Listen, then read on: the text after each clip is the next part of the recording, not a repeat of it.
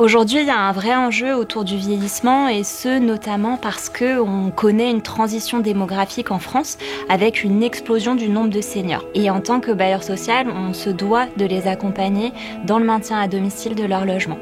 Ça passe à la fois par la mise en place d'innovations servicielles pour favoriser leur bien vieillir à domicile, mais également par une politique patrimoniale d'adaptation des logements au vieillissement, à la fois dans le neuf, mais également dans l'existant. Les bailleurs sociaux vont devenir un acteur majeur du bien vieillir.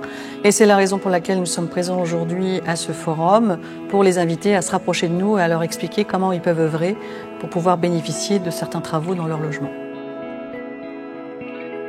Le problème, c'était d'arriver à monter dans la baignoire. Une fois, j'ai failli partir en arrière. Je me suis fait énormément mal au dos. Alors, les travaux qui ont été effectués, c'est dans la salle de bain. Ils ont refait tous les carrelages, ensuite la pose de la douche et du lavabo et du sol antidérapant. Et à l'intérieur de la douche, il y a une barre de retenue, plus un siège. Ça, c'est un bien-être et une sécurité. Ça m'a changé la vie complètement. J'envisage pas du tout d'aller dans un EHPAD. Je suis très bien entourée et j'ai pas du tout envie de partir.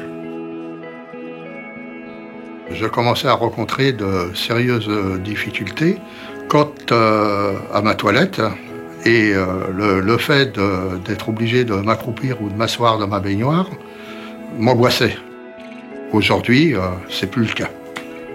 Le fait de pouvoir entrer tranquillement sous ma douche, de pouvoir prendre ma douche sans avoir besoin d'appeler qui que ce soit, c'est vraiment une qualité de vie autre. Et je suis très satisfait de ce qui m'a été mis en place. Donc dans le cadre d'une perte d'autonomie, on demande à l'entreprise de changer la baignoire et de poser une douche classique.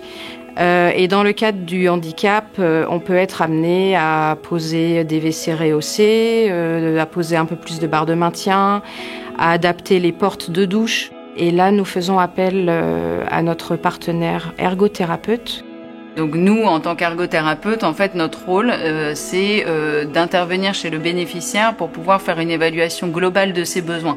Parce qu'on se rend compte qu'il y a des moments où la personne va nous dire « non, je n'ai aucun problème » et finalement, elle compense, mais en attendant, elle n'est pas en sécurité. Par exemple, elle va prendre appui à la bibliothèque ou à la poignée de la porte pour se relever des toilettes. Donc là, pour le coup, ça serait plus sécurisé de mettre un aménagement adapté. Sur les adaptations, on a la chance de bénéficier du soutien de la CNAV en Île-de-France et des CARSAT en région, avec qui on a conventionné et qui nous accompagnent sur une partie du financement. Le reste étant possiblement financé par des dégrèvements de TFPB qui nous permettent de financer 100% de l'adaptation PMR. J'ai parfois des retours des locataires qui me disent merci de m'avoir permis de retrouver ma dignité et merci d'avoir changé ma vie. C'est super de se sentir utile.